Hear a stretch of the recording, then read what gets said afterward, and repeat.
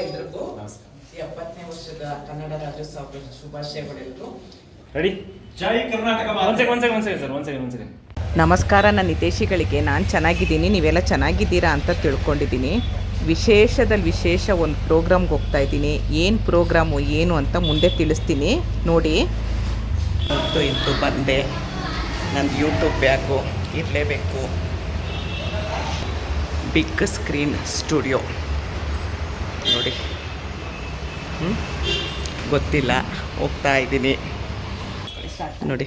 ಇವರೇ ಕರೆದಿದ್ದು ನನಗೆ, ಮಲ್ಲಿಕಾ ಶೆಟ್ಟಿ ಅಂತ ಹೇಳಿ. ತುಂಬ ನಾನು ಕಾಲ್ ಮಾಡದೇ ಇದ್ರೂ ಅವರೇ ಕಾಲ್ ಮಾಡಿ ಎಲ್ಲ ಆಮೇಲೆ ಅವ್ರದ್ದು ಇಂಟರ್ವ್ಯೂ ಮಾಡ್ತೀನಿ, ಅವ್ರು ಕೊಟ್ಟರೆ. ನನಗೆ ಫಸ್ಟ್ ಟೈಮ್ ನನಗೆ ಈ ಥರ ಅವಕಾಶ ಸಿಕ್ಕಿರೋದು. ಅವ್ರಿಗೂ ಒಳ್ಳೆಯದಾಗಲಿ, ನನಗೂ ಒಳ್ಳೆಯದಾಗಲಿ. ನನಗೆ ನೀವೆಲ್ಲ ಹೇಳಿದ್ರಿ ಖುಷಿಯಿಂದ ಮಾಡಿ ಅಮ್ಮ, ಅಲ್ಲಿ ಏನು ಕೇಳಿದ್ರು ಅಂತ ಹೇಳಿದ್ರಿ. ಖುಷಿಯಿಂದನೇ ಮಾಡ್ತೀನಿ ನೋಡಿ. ನಮ್ಮ ಹೀರೋ ಸೆಲ್ಫಿ ತೆಗೆಸ್ಕೊಳ್ತಾ ಇದ್ದಾರೆ. ನೋಡಿದ್ರ ಹೇಗೇನಂತ ಮುಂದೆ ವೀಡಿಯೋದಲ್ಲಿ ಹೇಳ್ತೀನಿ.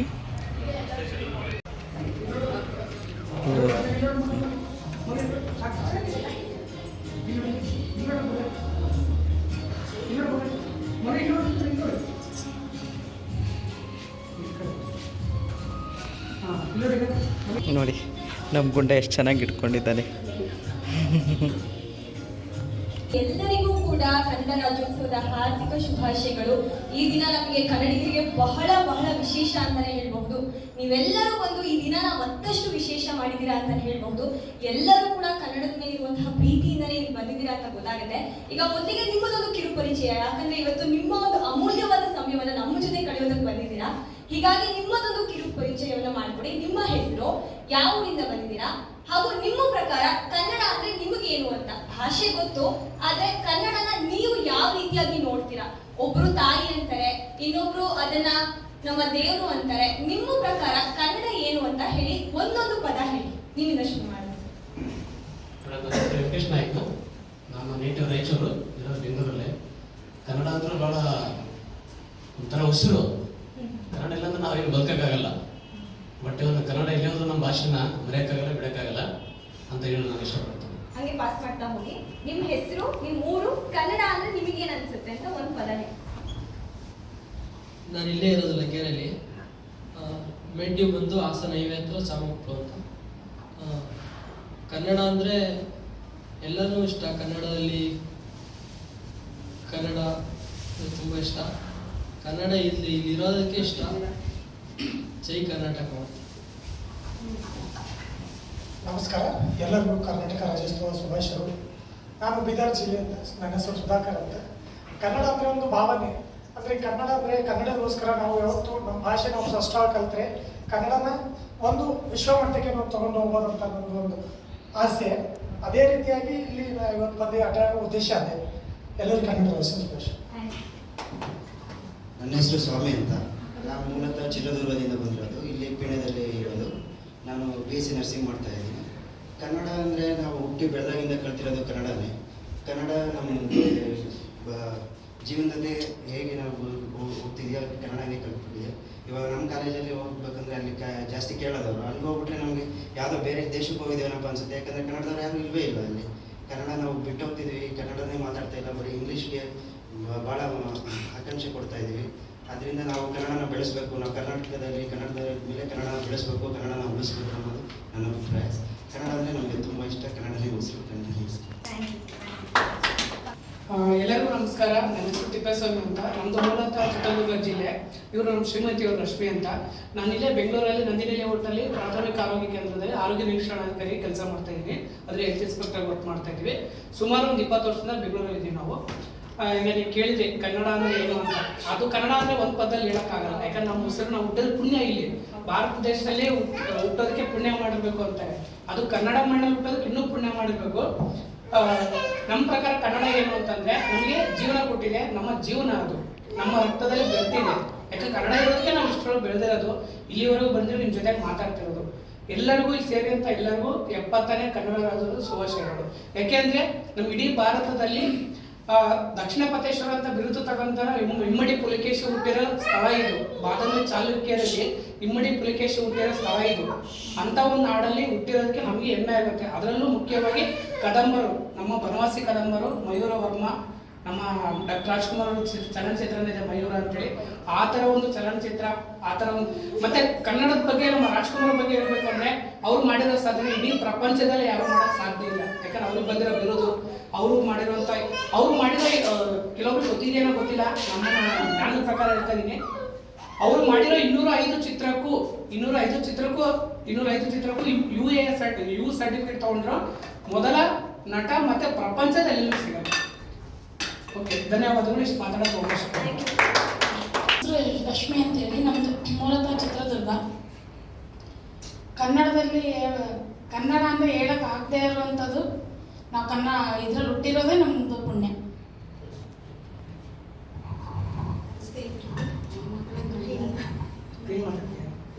PhD ಮಾಡ್ತಾ ಇದ್ದೀನಿ ಮನೇಲಿ. ಮಕ್ಕಳಿದ್ದಾರೆ. ನಿಮಗೆ ಕನ್ನಡ ಅಂದ್ರೆ ಎಷ್ಟು ಇಷ್ಟ? ಡೆಫಿನೆಟ್ಲಿ ಇಲ್ಲಿ ಬಂದಿದ್ದೀರಾ ಅಂದ್ರೆ ಕನ್ನಡ ಅಂದ್ರೆ ನಿಮ್ಗೆ ಕನ್ನಡ ಅಂದ್ರೇನೆ ಉಸಿರು, ಮಾತೃಭಾಷೆ, ತಾಯಿ ಭಾಷೆ. ಕನ್ನಡ ಮಾತಲ್ಲಿ ಹೇಳಿಲ್ಲ ಅಂದ್ರೆ ಮೂಗಲ್ಲಾದ್ರೂ ತಿಳಿಸ್ತೀವಿ ಅಂತ ಕವಿಗಳು ಹೇಳ್ಕೊಟ್ಟಿದ್ರು. ಎಷ್ಟು ಖುಷಿ ಇದೆ ಕರ್ನಾಟಕದ ಎಲ್ಲರೂ ಹಾಡಲ್ಲಿ ಹುಟ್ಟಿದ್ರು. ಏನ್ ಹೇಳಕ್ಕಾಗುತ್ತೆ ಕನ್ನಡದ ಬಗ್ಗೆ? ಕದಂಬರ ಕಾಲದಿಂದ ಎಲ್ಲರೂ ಬರೀ ಹೊರಗಡೆ ಇರೋ ಭಾಷೆಗೆ ಜಾಸ್ತಿ ನಾವೇ ಕಲಿತಾ ಇದೀವಿ. ಹೊರಗಡೆ ಭಾಷೆ ನಾವ್ಯಾರಿಗೂ ತಿಳಿಸ್ತಾ ಇಲ್ಲ, ತಮಿಳೇ ಮಾತಾಡ್ತಾ ಇದ್ದಾರೆ. ಎಲ್ಲರೂ ಬರೀ ಬೇರೆ ಪರಭಾಷೆನೇ ಜಾಸ್ತಿ ಅಭಿಮಾನ ಮಾಡ್ತಿದ್ದಾರೆ. ಕನ್ನಡ ಭಾಷೆನ ಹೋಗ್ತಾ ಇದೆ. ಆಡಳಿತ ಭಾಷೆಗೆ ಮಹತ್ವ ಕೊಡಬೇಕು. ಸರಿ, ನನ್ನ ಹೆಸರು ಭುವನ ಅಂತ. ನಾನು ಡಿಗ್ರಿ ಸ್ಟೂಡೆಂಟ್. ಕನ್ನಡ ಬಗ್ಗೆ ಹೇಳಬೇಕು ಅಂದರೆ ಪರ್ಸ್ನಲಿ ನನಗದು ಆತ್ಮಾಭಿಮಾನ ಥರ. ಎಲ್ಲೋದ್ರೂ ನಾನು ಎಲ್ಲೇ ಬಿಸ್ನೆಸ್ ಮೀಟಿಂಗ್ ಹೋಗಲಿ, ಎಲ್ಲೇ ಹೋಗಲಿ, ಇಂಗ್ಲೀಷ್ ಆಗಲಿ ಹಿಂದಿ ಆಗಲಿ ಇದೇ ಕೇಳಿ ಬರುತ್ತೆ, ಕನ್ನಡ ಎಲ್ಲೂ ಕೇಳಿ ಬರೋಲ್ಲ. ಸೊ ನನಗೇನು ಅನಿಸುತ್ತೆ ಅಂದರೆ ಕನ್ನಡ ಎಲ್ಲೋ ನಶಿಸಿ ಹೋಗ್ತಿದೆ. ಸೊ ಅದನ್ನು ಉಳಿಸ್ಬೇಕಾದಂಥದ್ದು ಕನ್ನಡಿಗರಾಗಿ ನಮ್ಮ ಕರ್ತವ್ಯ. ಸೊ ಅದನ್ನು ಉಳಿಸ್ಕೊಂಡು ಬೆಳೆಸ್ಕೊಂಡು ಹೋಗ್ಬೇಕಾಗಿದೆ. ಯಾಕಾಗಿ ಕನ್ನಡ ಭಾಷೆ ಎಲ್ಲೋ ಒಂದ್ ಕಡೆ ಕಡಿಮೆ ಆಗ್ತಿದೆ ಅಂತ ನೀವು ಹೇಳ್ತೀರಾ ಅಂತ ಒಂದು ರೀಸನ್ ಕೊಡೋದಾದ್ರೆ ಏನು ಅಂತ ಹೇಳ್ತೀರಾ? ಜಾಸ್ತಿ ಕರ್ನಾಟಕದಲ್ಲಿ ಅಂತ ಹೇಳ್ತೀರಾ?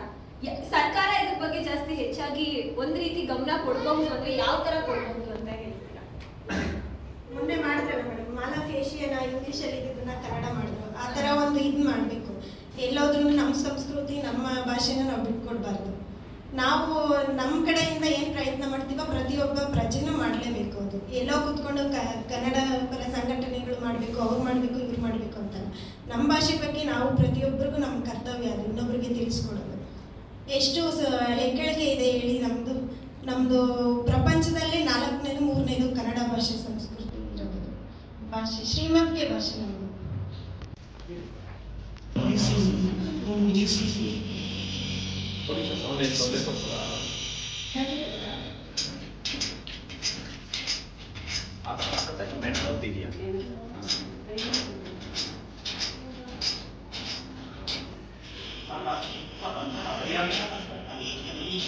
ಕೂಡ ನಮಸ್ಕಾರ. ಪ್ರಪ್ರಥಮ ಬಾರಿಗೆ ಈ ಒಂದು ತರಬೇತಿಯನ್ನ ನಾವು ಆಯೋಜನೆ ಮಾಡಿರೋದು ಬಹಳ ಖುಷಿ ಕೊಡ್ತಾ ಇದೆ ಅಂತ ಹೇಳ್ಬಹುದು. ಹಾಗೂ ಇವತ್ತಿನ ದಿನ ನಮ್ಗೆಲ್ಲ ಬಹಳ ವಿಶೇಷ, ಕನ್ನಡಿಗರಿಗೆ ಒಂದು ರೀತಿ ಹಬ್ಬ ಅಂತಾನೆ ಹೇಳ್ಬಹುದು. ಯಾಕಂದ್ರೆ ಇವತ್ತು 70ನೇ ವರ್ಷದ ಕನ್ನಡ ರಾಜ್ಯೋತ್ಸವ. ಒಂದು ಬಾರಿ ಎಲ್ಲರೂ ನಮ್ಮ ಕನ್ನಡಕ್ಕೋಸ್ಕರ ಒಂದು ಜೋರು ಚಪ್ಪಾಳೆಯನ್ನ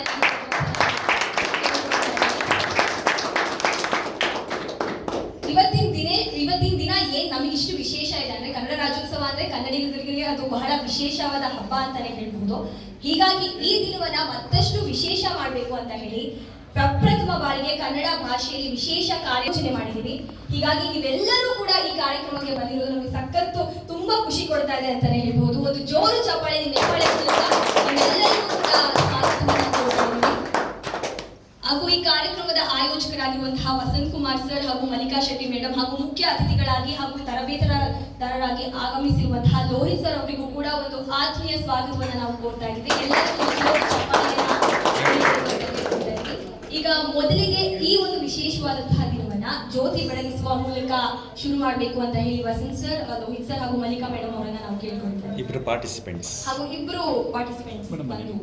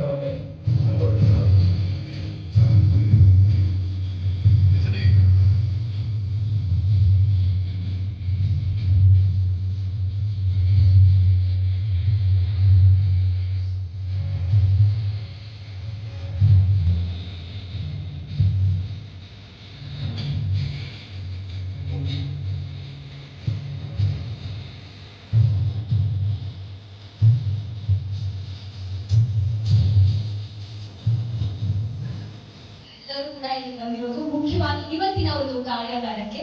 ಇವತ್ತಿನ ಈ ಒಂದು ಕಾರ್ಯಾಗಾರ ತರಬೇತಿಯಲ್ಲಿ ನೀವು ಏನ್ ಕಲಿತೀರಾ ಮುಖ್ಯವಾಗಿ ಅಂದ್ರೆ ಸಾರ್ವಜನಿಕವಾಗಿ ಮಾತನಾಡುವಂತಹ ಕಲೆ. ಅಂದ್ರೆ ಮಾತಾಡೋದು ಎಲ್ಲರೂ ಮಾತಾಡ್ತೀವಿ, ಆದ್ರೆ ಸಾರ್ವಜನಿಕವಾಗಿ ಮಾತನಾಡ್ಬೇಕು ಅಂದ್ರೆ ಅದಕ್ಕೊಂದಷ್ಟು ಕಲಿಕೆ ಬೇಕಾಗುತ್ತೆ.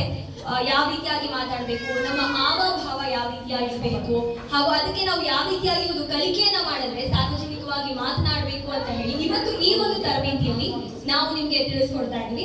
ಮುಖ್ಯವಾಗಿ ಈ ತರಬೇತಿಯಲ್ಲಿ ಏನನ್ನ ತಿಳಿಸ್ಕೊಡ್ತಾ ಇದ್ರೆ ನೀವು ಅದ್ಭುತವಾಗಿ ಮಾತುಗಾರರಾಗಬೇಕೆ. ಅಂದ್ರೆ ಎಲ್ಲರೂ ಕೂಡ ಮಾತಾಡ್ತಾರೆ, ಆದ್ರೆ ಅದ್ಭುತವಾಗಿ ಯಾವ ರೀತಿ ನಾವು ಮಾತುಗಾರಿಕೆಯನ್ನ ಆಡಬಹುದು ಅಂತ ಹೇಳಿ ನಾವು ಇಲ್ಲಿ ತಿಳ್ಕೊಳ್ಬಹುದು. ಹಾಗೂ ನೀವು ತರಬೇತಿದಾರರಾಗಬೇಕೆ. ಕೇವಲ ಮಾತನಾಡೋದು ಮಾತ್ರ ಅಲ್ಲ, ತರಬೇತಿ ಕೊಡೋದು ಅಂದ್ರೆ ಒಬ್ಬರಿಗೆ ಹೇಳಿಕೊಡೋದು ಭಾಷೆಯನ್ನ, ಇದು ಕೂಡ ನೀವು ಇವತ್ತು ಇಲ್ಲಿ ಕಲಿಬಹುದು. ಹಾಗೂ ನೀವು ವಿನೂತನ ನಿರೂಪಕ ಅಥವಾ ನಿರೂಪಕಿ ಆಗಬೇಕಂದ್ರೂ ಕೂಡ ಈ ತರಬೇತಿ ನಿಮ್ಗೆ ತುಂಬಾ ಉಪಯೋಗಕರ ಆಗುತ್ತೆ. ನಿರೂಪಕಿ ಅಂದ್ರೆ ಗೊತ್ತೇ ಇರುತ್ತೆ, ಆಂಕರ್ ಆಗ್ಬೇಕು ಅಂತ ಹೇಳಿ. ಅದ್ರ ಆಸೆ ಕೂಡ ನಿಮಗೆ ಏನಾದ್ರೂ ಇದ್ರೆ ಈ ತರಬೇತಿ ನಿಜಕ್ಕೂ ಕೂಡ ನಿಮಗೆ ತುಂಬಾ ತುಂಬಾ ತುಂಬಾ ಸಹಾಯ ಮಾಡಿದ್ರೆ. ಹಾಗೂ ನೀವು ಮಾತಿನ ಮಲ್ಲ ಅಥವಾ ಮಲ್ಯರಾಗಬೇಕೆ. ಮಾತೆಲ್ಲರೂ ಹಾಡ್ತಾರೆ, ಮಾತಾಡೋದೆಲ್ಲ ನಾವು ಕೇಳ್ತೀವಿ, ಆದ್ರೆ ಆ ಮಾತಿನ ಮಲ್ಯ ಅಂದ್ರೆ ಅದರಲ್ಲೇ ಒಂದು ರೀತಿ ಚಾಣಾಕ್ಷನ್ ತರ, ಅಂದ್ರೆ ತುಂಬಾ ಚೆನ್ನಾಗಿ ಮಾತಾಡೋದು, ಜನಗಳಿಗೆ ಮುಟ್ಟುವ ರೀತಿ ಮಾತನಾಡ್ಬೇಕು ಅಂದ್ರೆ ಅದಕ್ಕೊಂದು ಕಲಿಕೆ ತುಂಬಾ ಇಂಪಾರ್ಟೆಂಟ್ ಆಗುತ್ತೆ. ಇವತ್ತು ಆ ಒಂದು ಕಲಿಕೆಯನ್ನ ನಮ್ಗೆ ಮಾಡಿಸ್ಕೊಡೋದಕ್ಕೆ ಲೋಹಿತ್ ಸರ್ ಅವರು ಬಂದಿದ್ದಾರೆ. ಒಂದು ಜೋರು ಚಪ್ಪಾಳೆ ಮೂಲಕ ನನ್ನ ಸ್ವಾಗತ.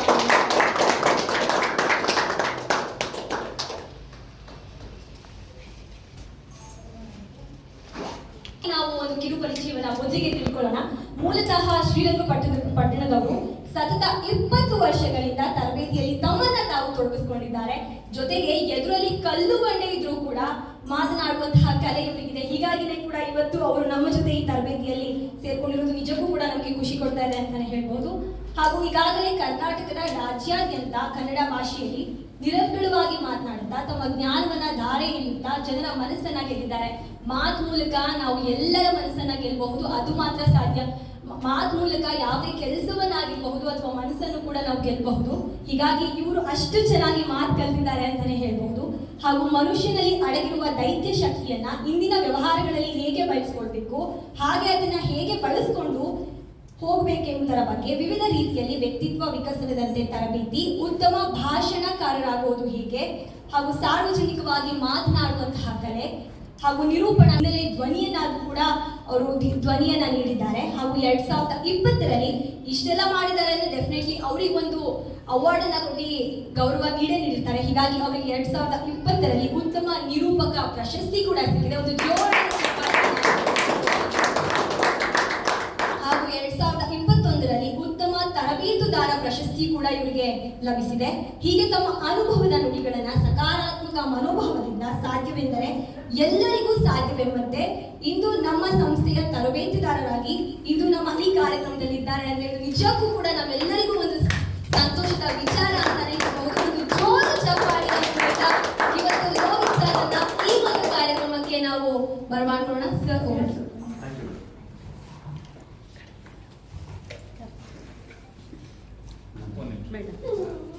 ಆಯುಷ್ಯರಾಗಿರುವಂತಹ ಮಲ್ಲಿಕಾ ಮೇಡಮ್ ಅವರು ಹಾಗೂ ವಸಂತ್ ಅವರು ವೇದಿಕೆಯ ಮೇಲೆ ಬಂದು ಸರ್ಗೆ ಒಂದು ಗೌರವವನ್ನು ಅರ್ಪಿಸಬೇಕು ಅಂತ ಹೇಳಿ ಕೇಳ್ಕೊಳ್ತಾ ಇದ್ದೀನಿ.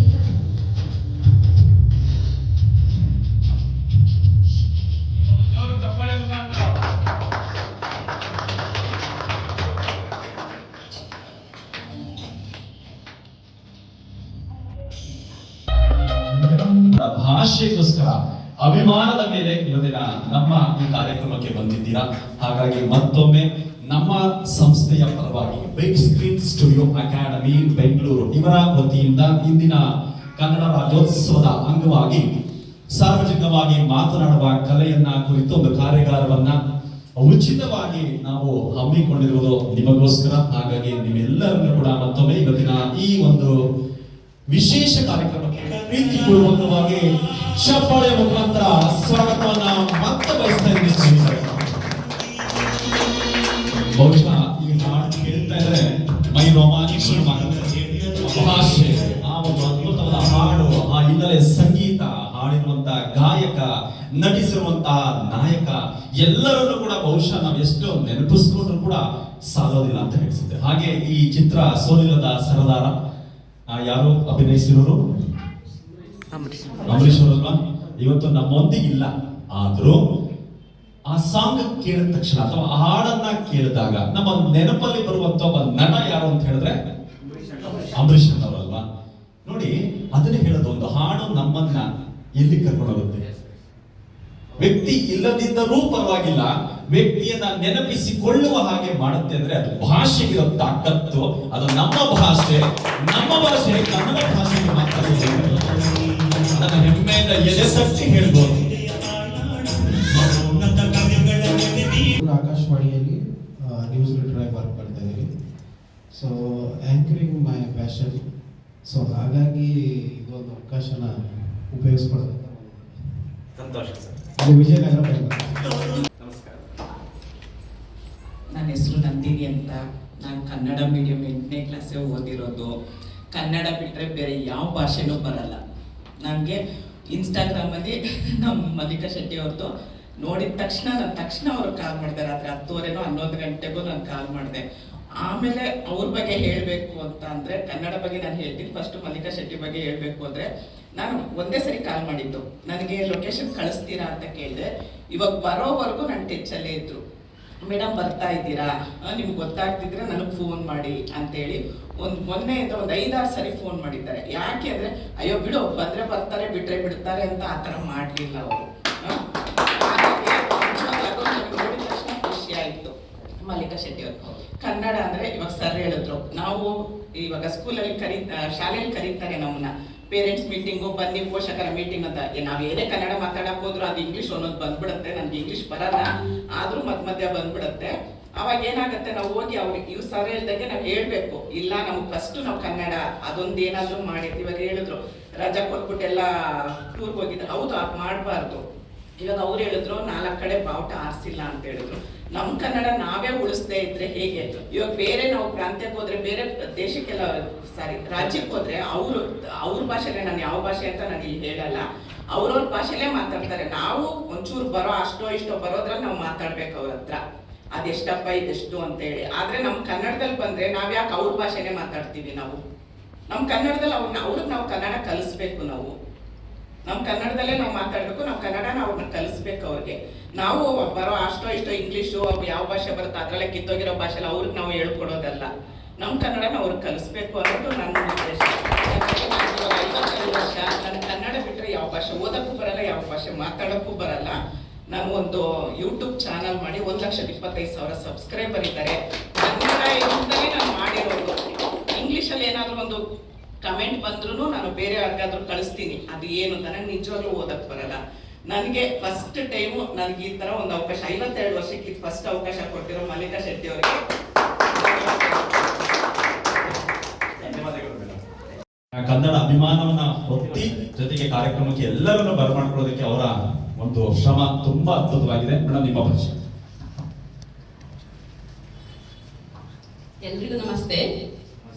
ಎಲ್ಲರ ಜೊತೆಗೂ ಮಾತಾಡಿದ್ದೀನಿ ಅಂತ ಅಂದ್ಕೊಂಡಿದ್ದೀನಿ. ಸೊ ಫಸ್ಟ್ ಎಲ್ಲರಿಗೂ ದೂರದಿಂದ ಎಲ್ಲ ಬಂದಿದ್ದೀರಾ. ಸೊ ನಿಮ್ಮ ಸಮಯವನ್ನ ಇಲ್ಲಿಗೆ ಮೀಸಲಿಟ್ಟಿದ್ದೀರಿ. ಈ ಒಂದು ಸುಂದರ ಪ್ರೋಗ್ರಾಮಿಗೆ ನೀವೆಲ್ಲರೂ ಕೂಡ ಕಾರಣಕರ್ತರಾಗಿದ್ದೀರಿ. ಸೊ ನಿಮಗೆ ಸ್ವಾಗತವನ್ನ ಬಯಸ್ತಾ, ಮಲ್ಲಿಕಾ ಶೆಟ್ಟಿ ಮೂಲತಃ ಕುಂದಾಪುರದವಳು. ಸೊ ಬ್ಯಾಂಗ್ಳೂರಿಗೆ ಬಂದು ಆಲ್ಮೋಸ್ಟ್ ನಾನು 19 ಇಯರ್ಸ್ ಆಯಿತು. ನಾನು BSc ಕಂಪ್ಯೂಟರ್ ಸೈನ್ಸ್ ಮಾಡಿ MCA ಮಾಡಿದ್ದೀನಿ, ಜೊತೆಗೆ PGDCA ಕೂಡ ಮಾಡ್ಕೊಂಡಿದ್ದೀನಿ. 14 ಇಯರ್ಸ್ 14 ವರ್ಷ ನಾನು ಬೆಂಗಳೂರಲ್ಲಿ ಕಾರ್ಪೊರೇಟ್ ಕಂಪನಿಯಲ್ಲಿ ಕೆಲಸ ಮಾಡಿದ್ದೀನಿ. ಪ್ರಸ್ತುತ ಈಗ 5 ವರ್ಷಗಳಿಂದ ಈ ಒಂದು ಬಿಗ್ ಸ್ಕ್ರೀನ್ ಅಕಾಡೆಮಿಯಲ್ಲಿ ಮಾರ್ಕೆಟಿಂಗ್ ಹೆಡ್ ಆಗಿ ವರ್ಕ್ ಮಾಡ್ತಾ ಇದ್ದೀನಿ, ಕೆಲಸ ಮಾಡ್ತಾ ಇದ್ದೀನಿ. ಸೊ ಈ ಒಂದು ಸುಂದರ ಕಾರ್ಯಕ್ರಮವನ್ನ, ಈ ಕನ್ನಡ ರಾಜ್ಯೋತ್ಸವವನ್ನ ಎಲ್ಲರೂ ಕೂಡ ಖುಷಿಯಿಂದ ಆಚರಿಸೋಣ. ಕನ್ನಡವನ್ನ ಉಳಿಸೋಣ, ಕನ್ನಡವನ್ನ ಬೆಳೆಸೋಣ. ಕನ್ನಡ ಅಂದ್ರೆ ಒಂದು ಏನು ಭಾಷೆ ಅಲ್ಲ, ಅದು ನಮ್ಮ ಹೃದಯದ ಪಯಣ ಅಂತ ಹೇಳೋಕೆ ನಾನು ಇಷ್ಟಪಡ್ತೀನಿ. ಎಲ್ಲರಿಗೂ ಇನ್ನೊಮ್ಮೆ ವಂದನೆಗಳು. ಅದೇ ಧನ್ಯವಾದಗಳು. ಒಂದು ಭಾಗ ಅಷ್ಟೇ, ಇದರ ಉಳಿದ ಭಾಗ ಬಹುಶಃ ನೀವು ನೋಡ್ತಾ ಹೋದ್ರೆ ಕರ್ನಾಟಕದಾದ್ಯಂತ ಪೂರ್ತಿ ಇದೆ. ಹಾಗೆ ತಾವೆಲ್ಲರೂ ಕೂಡ SS TV ಚಾನಲ್ ಕೇಳಿದ್ದೀರಾ? ಅದರ ಒಂದು ಭಾಗವಾಗಿ ಎಲ್ಲವನ್ನು ಕೂಡ ಅವರ ಸಂಪೂರ್ಣವಾದ ದಿನನಿತ್ಯದ 24 ಗಂಟೆಗಳಲ್ಲಿ ಅದನ್ನ ನಿರ್ವಹಿಸುತ್ತಾ ಇವತ್ತಿನ ಕಾರ್ಯಕ್ರಮದ ಒಂದು ರೂವಾರಿ ಹಾಗೆ ಸಾರಥಿ, ಜೊತೆಗೆ ಇನ್ನೂ ಹಲವಾರು ಅವಕಾಶಗಳನ್ನ ಇಂದಿನ ನಮ್ಮ ಕರ್ನಾಟಕದ ಜನತೆಗೆ, ಅದರಲ್ಲೂ ಕರ್ನಾಟಕದಲ್ಲಿ ಕನ್ನಡ ಭಾಷೆಯನ್ನ ಮಾತನಾಡೋರಿಗೆ ಕೊಡಬೇಕು ಅಂತ ಹೇಳಿ ದೃಢವಾಗಿ ನಿಂತಿರುವ ನಿಮ್ಮೆಲ್ಲರ ಆತ್ಮೀಯರು, ಹಾಗೆ ಕಾರ್ಯಕ್ರಮದ ಅಧ್ಯಕ್ಷರು ಅಂತ ಹೇಳ್ಬೋದು. ಹಾಗೆ ಕಾರ್ಯಕ್ರಮದಲ್ಲಿ ಪ್ರತಿ ಹಂತದಲ್ಲೂ ಕೂಡ ನಮ್ಮ ಜೊತೆ ಸಹಕರಿಸ್ತಾ ನಮಗೆ ಸಾರಥಿಯಾಗಿ ಸ್ಫೂರ್ತಿಯಾಗಿರತಕ್ಕಂಥವರು ಶ್ರೀಯುತ ವಸಂತ್ ಕುಮಾರ್ ಅವರು. ನಿಮ್ಮೆಲ್ಲರ ಜೋರದ ಚಪ್ಪಾಳೆ ಮುಖಾಂತರ ಈ ಒಂದು ಕಾರ್ಯಕ್ರಮದಲ್ಲಿ ಅವರ ಒಂದು 2 ನುಡಿಗಳನ್ನ ನಾನು ನಿಮಗೆ ತಿಳಿಸಬೇಕು ಅಂತ ಕೇಳ್ಕೊಳ್ತೇನೆ. ಧನ್ಯವಾದಗಳು. ಧನ್ಯವಾದಗಳು. ಎಲ್ಲರಿಗೂ ಕೂಡ ನಮಸ್ಕಾರ. ಮೊದಲನೇದಾಗಿ ಇವತ್ತಿನ ತುಂಬ ದೂರದಿಂದನೂ ಕೂಡ ಏನೇ ಕೆಲಸ ಕಾರ್ಯಗಳಿದ್ರೂ ಕೂಡ ಅದನ್ನ ಸೈಡ್ಗೆ ಇಟ್ಟು ತುಂಬಾ ದೂರದಿಂದ ಬಂದಿರತಕ್ಕಂಥ ನಿಮಗೆಲ್ಲರಿಗೂ ಕೂಡ ನಮ್ಮ ಒಂದು ಸಂಸ್ಥೆ ಪರವಾಗಿ ಜೋರು ಚಪ್ಪಾಳೆ ಮುಖಾಂತರ ಧನ್ಯವಾದಗಳು ಕೂಡ. ಅದೇ ರೀತಿ ಇವತ್ತಿನ ಕನ್ನಡ ರಾಜ್ಯೋತ್ಸವ 70ನೇ ವರ್ಷದ ಕನ್ನಡ ರಾಜ್ಯೋತ್ಸವದ ಶುಭಾಶಯಗಳು ತಮ್ಮೆಲ್ಲರಿಗೂ ಕೂಡ. ಕನ್ನಡ ಮಾತೆ, ಕನ್ನಡ ಜಗದಾಂಬೆ ಅಂತ ನಾವೇನು ಹೇಳ್ತೀವಿ, ಆಶೀರ್ವಾದ ನಿಮ್ಮೆಲ್ಲರಲ್ಲೂ ಕೂಡ ಇರಲಿ. ನಿಮ್ಮ ಒಂದು ಸಕ್ಸಸ್ ಬನ್ನಿ ಕೂತ್ಕೊಳ್ಳಿ. ನಿಮ್ಮೆಲ್ಲ ಒಂದು ಎಲ್ಲ ಸಕ್ಸಸ್ಸು ಕೂಡ ಕಾಣಲಿ ಅಂತೇಳಿ ನಾನು ದೇವರಲ್ಲಿ ಪ್ರಾರ್ಥನೆ ಮಾಡ್ಕೊತಾ ಇದೀವಿ. ಎಲ್ಲರಿಗೂ ಕೂಡ ಧನ್ಯವಾದಗಳು. ಅದೇ ತರ ನಮ್ಮ ಲೋಹಿತ್ ಸರ್ ಅವರು ಕೂಡ ತಿಳಿಸ್ಕೊಡ್ತಾ ಇದ್ರು, ತುಂಬಾ ಚೆನ್ನಾಗಿ ಮಾತನಾಡುವ ಕಲೆ, ಮಾತನಾಡುವ ಒಂದು ಹವ್ಯಾಸ ಹೇಗೆ, ಯಾವ ತರ ಅನ್ನೋ ಒಂದು ಸಂಪೂರ್ಣ ಒಂದು ಡೀಟೇಲ್ಸ್ ನಿಮಗೆ ವೆರಿ ಏನ್ ಹೇಳ್ತಾರೆ ತುಂಬಾ ಬೇಗ ಇವಾಗ ನಿಮಗೆ ಆ ಒಂದು ತರಬೇತಿ ಈಗ ಸ್ಟಾರ್ಟ್ ಆಗುತ್ತೆ. ಸೊ ಹಾಗಾಗಿ ಇವತ್ತು ಬಂದಿರ್ತಕ್ಕಂಥ ನಿಮ್ಮೆಲ್ಲರಿಗೂ ಕೂಡ ಮತ್ತೊಮ್ಮೆ ನನ್ನ ಧನ್ಯವಾದಗಳನ್ನು ತಿಳಿಸುತ್ತಾ, ಧನ್ಯವಾದಗಳು ಸರ್. ಯಾಕೆಂದ್ರೆ ಈ ಒಂದು ಸಂಸ್ಥೆ ಮುಖಾಂತರ ಐ ಥಿಂಕ್ ತುಂಬಾ ಜನ ವಿದ್ಯಾರ್ಥಿಗಳು ತುಂಬಾ ಜನ ಕಲಿತಾ ಇದ್ದಾರೆ. ಸಾವಿರಾರು ಜನಕ್ಕೆ ನಾವು ತರಬೇತಿ ನೀಡಿದ್ದೀವಿ. ತುಂಬಾ ಜನಕ್ಕೆ ಕೆಲವು ಬೇಕಾಗಿರ್ತಕ್ಕಂಥ ಕೆಲಸದ ಓರಿಯೆಂಟೆಡ್ ಅಂತ, ಜಾಬ್ ಓರಿಯೆಂಟೆಡ್ ಅಂತ ನಾವೇನು ಪದ ಬಳಸ್ತೀವಿ. ಸೊ ಆ ಒಂದು ರಿಲೇಟೆಡ್ ಆಗಿ ತುಂಬಾ ತರಬೇತಿಗಳನ್ನ ನಾವು ಅವ್ರಿಗೆ ತುಂಬಾ ಅಚ್ಚುಕಟ್ಟಾಗಿ ನಾವು ನೀಡಿ ಅವ್ರಿಗೆಲ್ಲರಿಗೂ ಕೂಡ ಒಂದು ಜಾಬ್ ಅನ್ನು ಕೂಡ ನಾವು ಪ್ಲೇಸ್ಮೆಂಟ್ ಅನ್ನ ಮಾಡ್ತಾ ಇದೀವಿ. ಆ ತರ ಒಂದು ಸಂಸ್ಥೆ ತುಂಬಾ ದೊಡ್ಡ ಮಟ್ಟದಲ್ಲಿ ನಾವು ಒಂದು ಗುರಿನ ಇಟ್ಕೊಂಡು ನಾವು ಮುಂದೆ ನುಗ್ಗುತ್ತಾ ಇದೀವಿ. ಸೊ ಹಾಗಾಗಿ ಈ ಒಂದು ತರಬೇತಿ ಕಾರ್ಯಕ್ರಮಕ್ಕೆ ಬಂದಿರ್ತಕ್ಕಂಥ ನಿಮ್ಮೆಲ್ಲರಿಗೂ ಕೂಡ ನಾನು, ಯಾಕಂದ್ರೆ ತುಂಬಾ ಜನ ಮಿಸ್ ಮಾಡ್ಕೊಂಡಿದ್ದಾರೆ, ತುಂಬಾ ಜನ ಬರಬೇಕಾಗಿತ್ತು, ತುಂಬಾ ಜನ ಬರ್ತಾ ಇದ್ದಾರೆ ಇನ್ನೂ ಕೂಡ. ಸೊ ಇವತ್ತಿನ ಕಾರ್ಯಕ್ರಮಕ್ಕೆ ನೀವೆಲ್ಲರೂ ಕೂಡ ಭಾಗವಹಿಸಿದಿರಾ. ಸೊ ನೀವೆಲ್ಲರೂ ಕೂಡ ಒಂದು ದೊಡ್ಡ ಮಟ್ಟದಲ್ಲಿ ಒಂದು ಸಾಧನೆ ಮಾಡ್ತೀರಾ ಅಂತ ನಾನು ಹೇಳ್ತಾ ನನ್ನ ಒಂದು ಮಾತನ್ನ ಮುಗಿಸ್ತಾ, ಮತ್ತೆ ನಮ್ಮ ಒಂದು ಗ್ರೇಟ್ ಪ್ರಾಂಶುಪಾಲರು ಆಗಿರ್ಲಿಕ್ಕೆ ಹೊರಟಿರ್ತಕ್ಕಂಥ ಲೋಹಿತ್ ಸರ್ಗೆ ನಿಮ್ಮ ಒಂದು ಜೋರು ಚಪ್ಪಾಳೆ ಮುಖಾಂತರ ನಾನು ಕೂಡ ತಿಳ್ಕೊಂಡಿದ್ದೀನಿ. ಒಬ್ಳು ನಿರೂಪಕಿಯಾಗಿ ನೀವೇನು ಹೇಳಿದೀರಾ ನಿಜಕ್ಕೂ ಕೂಡ ಮುಂದೆ ನನಗೆ ತುಂಬಾ ಉಪಯೋಗ ಬರುತ್ತೆ ಅಂತ ಹೇಳ್ತೀನಿ. ತುಂಬಾ ಧನ್ಯವಾದಗಳು ಸರ್. ಧನ್ಯವಾದಗಳು. ಕೆಲಸಕ್ಕಾಗಿ ಹುಡುಕಾಟ ಇವತ್ತು ಕಾರ್ಯಕ್ರಮದ ಟ್ಯಾಗ್ ಲೈನ್ ಹೇಳ್ಬಿಡಿ. ಕೆಲಸಕ್ಕಾಗಿ ಹುಡುಕಾಟ ವಿದ್ಯಾರ್ಥಿಗಳಿಂದ ಹೇಳಿ. ಇವಾಗ ನಮಸ್ಕಾರ. ನಾನು ಫಸ್ಟ್ ಟೈಮು ಈ ಥರ ಒಂದು ಸಭೆಯಲ್ಲಿ ಸೇರಿ ಒಬ್ಬನು ನಿಂತ್ಕೊಂಡು ಮಾತಾಡ್ತಾ ಇರೋದು ಇದು ಫಸ್ಟ್ ಟೈಮ್ ನಮಗೆ. ಕಾಲೇಜಲ್ಲಿ ಟೀಚರ್ಸ್ ಆಗಲಿ ಲೆಕ್ಚರ್ಸ್ ಆಗಲಿ ಒಂದು ಕರೀತಾರೆ, ಒಂದು ಸ್ಟೇಜ್ ಇದೆ ಯುಟಿಲೈಸ್ ಮಾಡ್ಕೊಳ್ಳಿ ಅಂತ ಕರೀತಾರೆ. ಆದರೆ ನಾನು ಭಯದಿಂದ ಹೋಗ್ತಾ ಇರಲಿಲ್ಲ, ಎಲ್ಲೂ ಹೋಗೋದು ಇಲ್ಲ, ಹೋಗ್ತಾ ಇರಲಿಲ್ಲ. ನನ್ನ ಗೆಳೆಯನಾದಂಥ ಕಿರಣ ಅವನು ಈ ಥರ ಇದೆ ಅಂತ ಹೇಳ್ದ. ಸರಿ ಹೋಗೋಣ ಬಿಡು ಅಂತ ಅಂದ್ಬಿಟ್ಟು ಬಂದೆ ಬೆಳಗ್ಗೆ. ಅಮ್ಮ ಖುಷಿ ಪಡ್ತಾರೆ, ಮಗಳು ಬದಲಾಗಿದ್ದಾಳೆ ಅಂತ.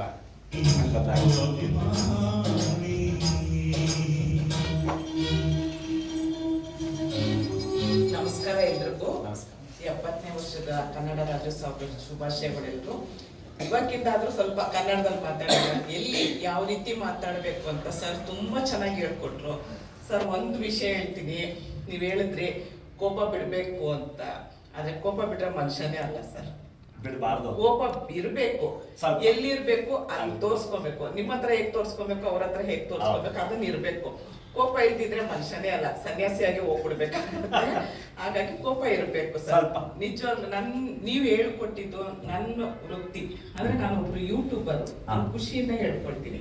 ಅದರಿಂದ ಊಟ ಮಾಡ್ತಾ ಇದ್ದೀನಿ ನಾನು. ಹಾಗಾಗಿ ನಾನು ಏನು ಓದಿಲ್ಲ ಬರ್ದಿಲ್ಲ, ನಾನು ಹೇಳಿದ್ದೀನಿ. ನಾನು ತುಂಬಾ ಕಲ್ತ್ಕೊಂಡೆ ನಿಮ್ಮಿಂದ, ಹೇಗ್ ಮಾತಾಡ್ಬೇಕು, ಯಾರ ಹತ್ರ ಹೇಗ್ ಮಾತಾಡ್ಬೇಕು ಅನ್ನೋದನ್ನ ತುಂಬಾ ಅಂದ್ರೆ ತುಂಬಾ ಚೆನ್ನಾಗಿ ಹೇಳ್ಕೊಟ್ಟೆ. ಧನ್ಯವಾದ. ಮುಂದಿನ ದಿನದಲ್ಲಿ ಖಂಡಿತ ನಾನು ಆದಷ್ಟು ಪ್ರಯತ್ನ ಪಡ್ತೀನಿ ನೀವು ಕ್ಲಾಸಿಗೆ ಸೇರ್ಕೊಳ್ಳೋದಕ್ಕೆ. Thank you sir. ಮತ್ತೆ ಮಲ್ಲಿಕಾ ಶೆಟ್ಟಿ ಅವ್ರಿಗೆ ಮತ್ತೊಮ್ಮೆ ತುಂಬಾ ಧನ್ಯವಾದ ಹೇಳ್ತೀನಿ. ಥ್ಯಾಂಕ್ ಯು ಮಾ.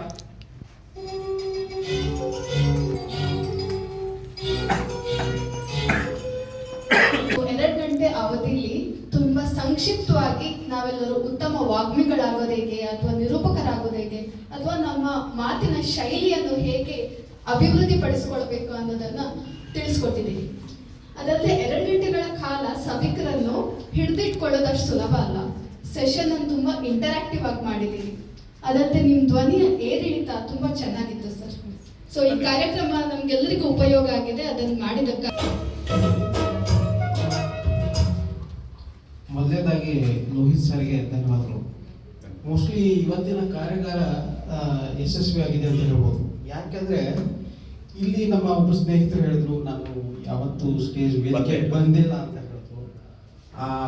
ಆತ್ಮವಿಶ್ವಾಸನ ತುಂಬಿದ್ದಾರೆ ನಮ್ಮ ಲೋಹಿತ್ ಸರ್. ಹೇಳಿದ್ರು ಇಲ್ಲಿ ನಾನು ತುಂಬಾ ಕೋಪ ಜಾಸ್ತಿ, ಜಗಳ ಮಾಡ್ತೀನಿ ಅಂತ ಹೇಳಿದ್ರು. ನಾನು ಇನ್ಮೇಲೆ ಕೋಪವನ್ನು ಕೂಡ ಎಷ್ಟು ಪರಿಣಾಮಕಾರಿಯಾಗಿ ನಮ್ಮ ಲೋಹಿತ್ ಅವರದ್ದು ಒಂದು ಕಾರ್ಯಾಗಾರ ಇತ್ತು ಅನ್ನೋದಕ್ಕೆ ಇದೇ ಒಂದು ಸಾಕ್ಷಿ. ಇಲ್ಲೇ ಗೊತ್ತಾಗಿದೆ ನಮ್ಗೆ ಎಷ್ಟು ಯಶಸ್ವಿಯಾಗಿದೆ ಅಂತ ಹೇಳಿ. ಆಮೇಲೆ ತುಂಬಾ ಬಾಡಿ ಲ್ಯಾಂಗ್ವೇಜ್ ಆಗಿರ್ಬೋದು, ಹಲವಾರು ಬರೀ ನಾವು ಮಾತನಾಡೋದಂದ್ರೆ ಬರೀ ಮಾತನಾಡೋದು ಅಷ್ಟೇ ಅನ್ಕೊಂಡಿದ್ವಿ. ಇದಕ್ಕೆ ಇಷ್ಟೆಲ್ಲ ಹಲವಾರು ಟೆಕ್ನಿಕಲ್ ಇದೆ ಅನ್ನೋದನ್ನ ತುಂಬಾ ಅದ್ಭುತವಾಗಿ ಲೋಹಿತ್ ಸರ್ ತಿಳಿಸ್ಕೊಟ್ಟಿದ್ದಾರೆ. ತುಂಬಾ ಅರ್ಥಪೂರ್ಣವಾಗಿತ್ತು ಈ ಕಾರ್ಯಕ್ರಮ. ನಿಮ್ಮ ಒಂದು ವೃತ್ತಿಲಿ ಆಕಾಶವಾಣಿಯಲ್ಲಿ ಕೆಲಸ ಮಾಡ್ತೀರಾ. ಈ ಆಕಾಶವಾಣಿ ಅಂತಂದ್ರೆ ಬಹುಶಃ ನಾವ್ ಯಾರು ಕಾಣಿಸೋದಿಲ್ಲ, ನಮ್ಮ ಧ್ವನಿ ಮಾತ್ರ ಅಲ್ಲಿ ಬರುತ್ತೆ. ಇದಕ್ಕೆ ಸಂಬಂಧಪಟ್ಟಂಗೆ ನೀವೇನಾದ್ರೂ ಒಂದು ಸಲಹೆ ಕೊಡೋದಾದ್ರೆ, ಮುಂದಿನ ಈಗಿನ ಈ ಜನತೆ, ಯುವ ಜನತೆ ಆಕಾಶವಾಣಿಗೆ ಬರ್ತಾ ಇರೋದು ಕಡಿಮೆ ಇದೆಯಾ? ಇಲ್ಲ ಸರ್, ಬರ್ತಾ ಇದ್ದಾರೆ. ಅವ್ರಿಗೆ ಏನ್ ಒಂದು ಗುಣಗಳಿರ್ಬೇಕು, ಆಕಾಶವಾಣಿಯಲ್ಲಿ ಕೆಲಸ ಮಾಡಬೇಕು, ನಾನು ಒಂದು ಆರ್ಜೆ ಆಗ್ಬೇಕು ಅನ್ನೋ ಆಸೆ ಇದ್ರೆ? ಸರ್, ಮೊದಲನೇದಾಗಿ ಆಕಾಶವಾಣಿ ಅಂತಂದ್ರೆ ಭಾಷೆ ಶುದ್ಧತೆ, ಭಾಷೆ ಶುದ್ಧತೆ. ಆಮೇಲೆ ಅಲ್ಲಿ ಅದು ದೃಶ್ಯ ಮಾಧ್ಯಮ ಅಲ್ಲ, ಆಡಿಯೋ ಶ್ರವಣ ಮಾಧ್ಯಮ. ಸೊ ಹಾಗಾಗಿ ಈಗ ದೃಶ್ಯ ಮಾಧ್ಯಮ ಅಂದ್ರೆ ನೀವು ನಿಮ್ಮ ಹಾವಭಾವದಲ್ಲಿ ಕಾಣಿಸ್ಕೊಳ್ತೀವಿ. ಈ ಶ್ರವಣ ಮಾಧ್ಯಮದಲ್ಲಿ ನಿಮ್ಮ ಧ್ವನಿ ಮತ್ತು ಏರಿಳಿತ ಮೂಲಕನೇ ನೀವು ಏನು ವಿಷಯವನ್ನು ಪ್ರಸ್ತುತಪಡಿಸ್ತಾ ಇದ್ದೀರಲ್ಲ ಅದನ್ನ ತಿಳಿಸ್ಬೇಕಾಗಿರೋದ್ರಿಂದ ಅದೊಂದು ಕಲೆ ಇರಬೇಕು. ಮತ್ತೆ ಭಾಷೆ ಶುದ್ಧತೆ, ಮಾಧ್ಯಮಕ್ಕೆ ಬರಬೇಕು ಅಂದ್ರೆ ಬಾಡಿ ಲ್ಯಾಂಗ್ವೇಜ್ ಇರಬೇಕು, ಮತ್ತೆ ಧ್ವನಿನೂ ಇರಬೇಕು. ಆಕಾಶವಾಣಿಯಲ್ಲಿ ಕೆಲಸ ಮಾಡಬೇಕು ಅಂದ್ರೆ ನಿಮ್ಮ ಧ್ವನಿಯೇ ಮುಖ್ಯವಾಗಿ ಕೆಲಸ ಮಾಡೋದು. ಆ ಒಂದು ಅವಕಾಶ ಇದ್ರೆ ಖಂಡಿತ ನೀವು ಅದನ್ನ ಬಳಸ್ಕೊಳ್ಳೋದು ನಿಮ್ಮ ಒಂದು ಖಂಡಿತ. Updates very important. ಅಪ್ಡೇಟ್ಸ್ ಆಗಿಲ್ಲ ಅಂತಂದ್ರೆ ಏನಾಗ್ತೀವಿ? ಅಪ್ಡೇಟ್ಸ್ ಆಗಿಲ್ಲ ಅಂದ್ರೆ ಏನಾಗ್ತೀವಿ? ಅಪ್ಡೇಟ್ ಆಗಿಲ್ಲ ಅಂದ್ರೆ ಔಟ್ಡೇಟ್ ಆಗೋಗ್ತೀವಿ ಅಲ್ವಾ? ಎಸ್ ಸರ್, ನಾವು ಅದಕ್ಕೇನೆ ಎಕ್ಸ್ಪೈರ್ ಆಗೋದ್ರೊಳಗಡೆ ನಾವು ಇನ್ಸ್ಪೈರ್ ಆಗ್ಬೇಕಾದ್ರು. ಯಾಕಂದ್ರೆ ಎಕ್ಸ್ಪೈರಿ ಡೇಟ್ ನಮಗೆ ಗ್ಯಾರಂಟಿ ಇಲ್ಲ, ಆದ್ರೆ ಅದರೊಳಗಡೆ ಒಂದು ಜೀವನ ಇದೆ, ಅದನ್ನ ಬಳಸ್ಕೊಳ್ಳಿ. ಹಾಗೆ ಮುಂದಿನ ಇನ್ನೂ ಹಲವಾರು ರೀತಿಯ ತರಬೇತಿಗಳ ಬಗ್ಗೆ ಇನ್ನೂ ಹೆಚ್ಚಿನ ಮಾಹಿತಿನ ಟೆಕ್ನಿಕಲ್ ಫೀಲ್ಡ್ ಅಂತ ಹೇಳ್ತೀವಿ. ಒಂದಂತ ಚಾಲೆಂಜ್ ಹೇಳ್ತೀನಿ, ನಮ್ಮ ಅಸ್ತಿತ್ವ ಇದ್ರೆ, ನನ್ನ ಕಲೆ ಇದ್ರೆ ಯಾವ ತಂತ್ರಜ್ಞಾನವೂ ನನ್ನನ್ನು ಏನು ಮಾಡೋದಿಲ್ಲ. ಅಂತ ಕಲೆ, ಅಂತ ಅದ್ಭುತ ಅವಕಾಶ ದೇವರು ನಮಗೆ ಕೊಟ್ಟಿರೋದು, ನಾವು ಸೃಷ್ಟಿ ಮಾಡೋದು ತಂತ್ರಜ್ಞಾನ. ಆ ತಂತ್ರಜ್ಞಾನದಲ್ಲೂ ನಾನು ಹೇಗೆ ಬಳಸಿಕೊಳ್ಳಬೇಕು ಅನ್ನೋದ್ರ ಬಗ್ಗೆ ಒಂದು 2 ಮಾತನ್ನ ಶ್ರೀಯುತ ವಸಂತ್ ಕುಮಾರ್ ಅವರು ಮಾತಾಡ್ತಾರೆ. ಧನ್ಯವಾದಗಳು. ಎಸ್, ಮತ್ತೊಮ್ಮೆ ಎಲ್ಲರಿಗೂ ಕೂಡ ನಮಸ್ತೆ. ನಮ್ಮ ಒಂದು ಅಕಾಡೆಮಿನಲ್ಲಿ ತುಂಬ ಜನ ವಿದ್ಯಾರ್ಥಿಗಳು, ಸಾವಿರಾರು ಜನ ವಿದ್ಯಾರ್ಥಿಗಳು ಕನ್ನಡ ಚಿತ್ರರಂಗಕ್ಕೆ ಬೇಕಾಗಿರ್ತಕ್ಕಂಥ ಎಲ್ಲ ಟೆಕ್ನಿಷಿಯನ್ಸ್ಗಳು ನಮ್ಮ ಮುಖಾಂತರ ನಾವು ಆಲ್ರೆಡಿ ಕೊಟ್ಟಿದ್ದೀವಿ. ನಮ್ಮ ಒಂದು ಅಕಾಡೆಮಿ ಮುಖಾಂತರ ಮಲ್ಟಿಮೀಡಿಯಾ ಕೋರ್ಸಸ್ ಅಂತ ನಾವು ಏನು ಕರಿತೀವಿ, graphic designing courses, video editing courses. ಇವತ್ತಿನ AI ಅಂದರೆ ತುಂಬ ಜನಕ್ಕೆ ಭಯ, ಏನು ಅದ್ರ ಬಗ್ಗೆ ಅಂತ. ಅದ್ರ ಬಗ್ಗೆ ಯಾವ ರೀತಿ ನಾವು ತಿಳ್ಕೋಬೇಕು, AI ಅಂದರೆ ಏನು, ಅದರಿಂದ ನಮಗೆ ಹೇಗಾಗುತ್ತೆ, ಈ ಥರ ಕೆಲವು ಕೋರ್ಸಸ್ಗಳು.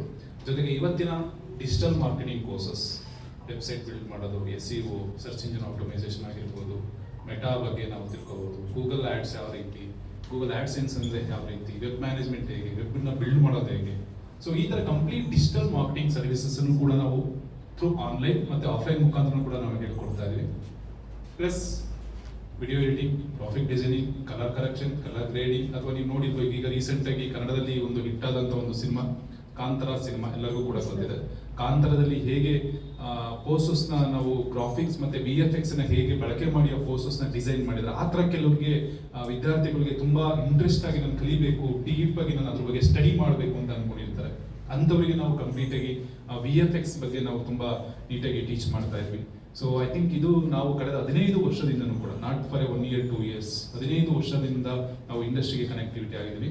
ವಿತ್ ಉಚಿತ ಇಲ್ಲಿ ನಾವು ಲ್ಯಾಬ್ ಫೆಸಿಲಿಟೀಸ್, ಅಂದರೆ ಇಲ್ಲಿ ಏನು ಕ್ಲಾಸ್ ಆಗುತ್ತೆ, ಥಿಯರಿ ಆಗುತ್ತೆ, ಕ್ಲಾಸ್ ಮುಗಿಯುತ್ತೆ, ಪ್ರಾಕ್ಟಿಕಲ್ ಆಗಿ ಕೂಡ ನಾವು ಸಿಸ್ಟಮ್ನ ಫ್ರೀಯಾಗಿ ನಾವು ಪ್ರೊವೈಡ್ ಮಾಡ್ತೀವಿ. ಕೂತ್ಕೊಂಡು ಪ್ರಾಕ್ಟಿಕಲ್ ಆಗಿ ನೀವು ಅನಾಲಿಸಿಸ್ನ ಮಾಡ್ಬೋದು. ಜೊತೆಗೆ ಹಿಂದಗಡೆ ನಮ್ಮದು ಎಡಿಟಿಂಗ್ ಶೂಟ್ ಕೂಡ ಇದೆ.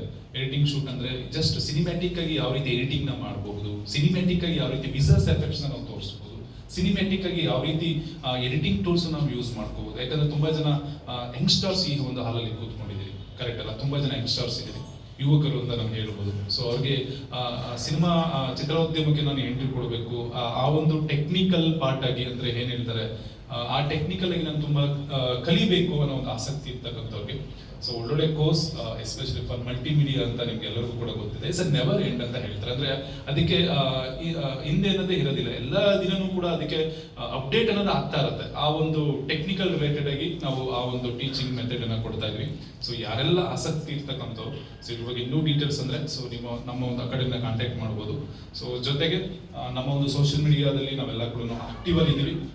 ಪ್ರತಿನಿತ್ಯನೂ ಕೂಡ ತುಂಬಾ ಜನ ಸೆಲೆಬ್ರಿಟಿಗಳು ಬರ್ತಾ ಇರ್ತಾರೆ, ಇಂಟರ್ವ್ಯೂ ನಡೀತಾ ಇರ್ತವೆ, ಟೆಕ್ನಿಷಿಯನ್ಸ್ ನಾವು ಇನ್ವೈಟ್ ಮಾಡ್ತಾ ಇರ್ತೀವಿ.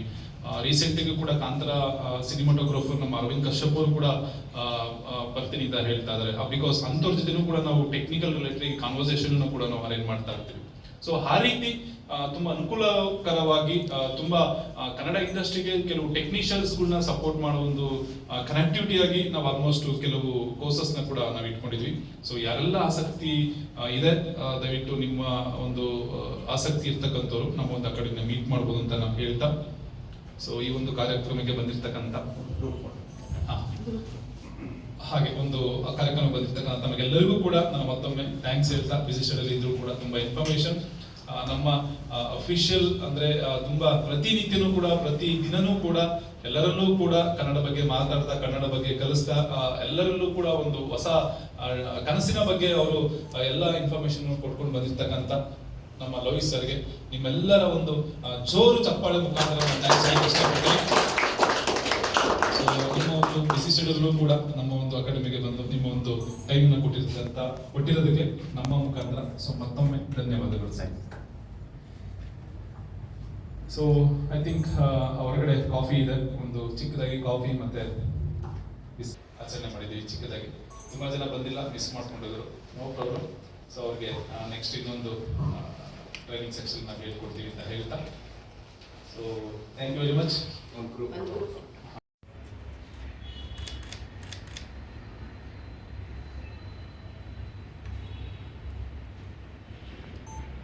ಆಲ್ ದ ಬೆಸ್ಟ್ ಮಾಡ್ತೀರಾ? ರೆಡಿ? ಜೈ Karnataka. One second sir, one second.